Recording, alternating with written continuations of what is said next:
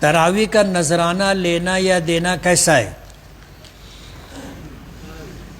دیتے کیا جو پوچھتے ہو یار؟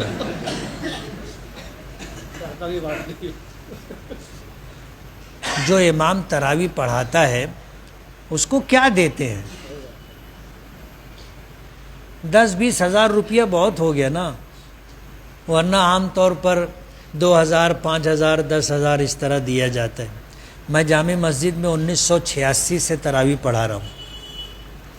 پہلا سال تھا جب میرا، اللہ مغفرت فرمائے، جو ٹرسٹی حضرات تھے وہ مجھ سے پوچھنے لگے کہ ہم لوگ نذرانہ دینا چاہتے ہیں۔ میں نے کہا میں نہیں لینا چاہتا۔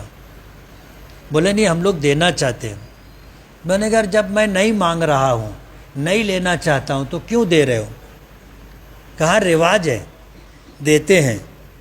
میں نے کہا دیکھو اگر لینا دینا کریں گے تو اجر ملے گا یا نہیں ملے گا یہ مسئلہ ہے۔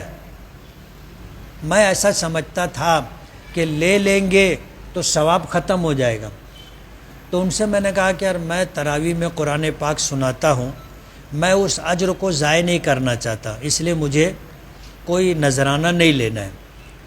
بولے ہم کو دینا ہے۔ تو 1986 میں نے کہا پھر اگر دینا ہے تو 50,000 روپیہ دینا۔ 1986 میں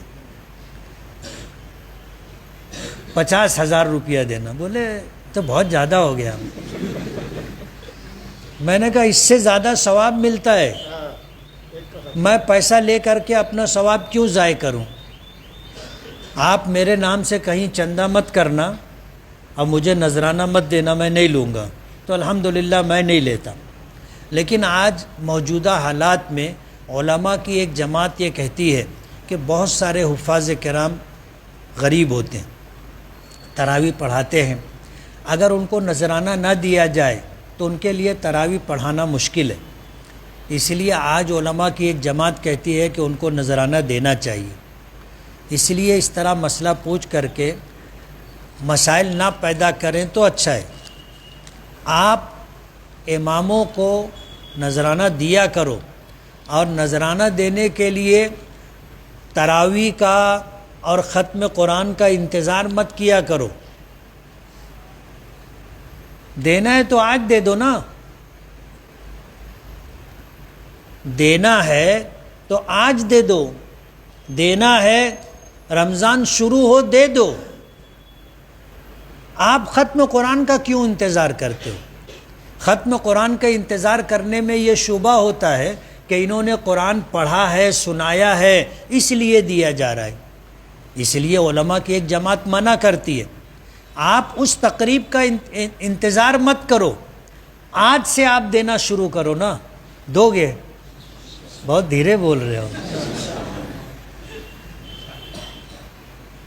دیکھو میں 1986 سے امامت کر رہا ہوں، اور میں نے پیچھے بتایا تھا کہ پہلی مرتبہ ایسا ہوا کہ ایک خاتون دروازے پر آ کر کھڑی ہوئی، اس نے مؤذن کو بلایا اور 5,000 روپیہ دیا اور کہا کہ یہ مؤذن کے لیے۔ تو کہنے لگے ہم لوگ 4 مؤذن ہیں، تو بولے چاروں تقسیم کر لینا۔ پھر اس نے 5,000 روپیہ اور دیا اور یہ کہا کہ امام صاحب کو دے دینا۔ تب جب میں آیا تو مؤذن صاحب نے مجھ کو لا کر کے 10,000 روپیہ دیا اور کہا کہ یہ مؤذن، میں نے کہا تو تمہارا ہے۔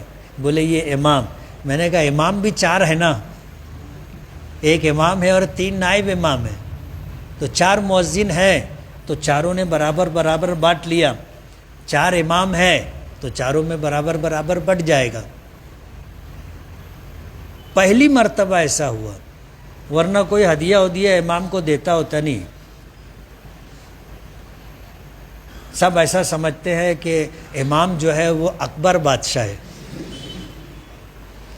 اس کا گھر بھرا ہوا ہے، جیب بھری ہوئی ہے، اس کی ساری ضرورت پوری ہو گئی ہے۔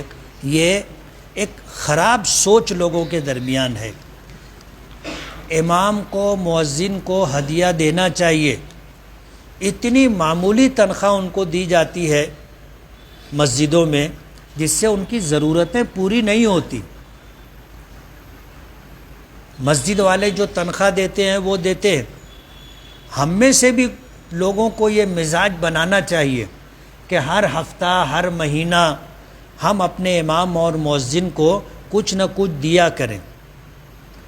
ابھی 3-4 دن پہلے میں ایک جگہ فجر کی نماز کے بعد بیٹھا ہوا تھا، ایک لڑکا آ کے کھڑا تھا، 30-32 سال کی عمر ہوگی، کھڑا تھا، کچھ لوگ آئے تھے ملنے کے لیے، تو میں سمجھا یہ ان کے ساتھ ہوگا،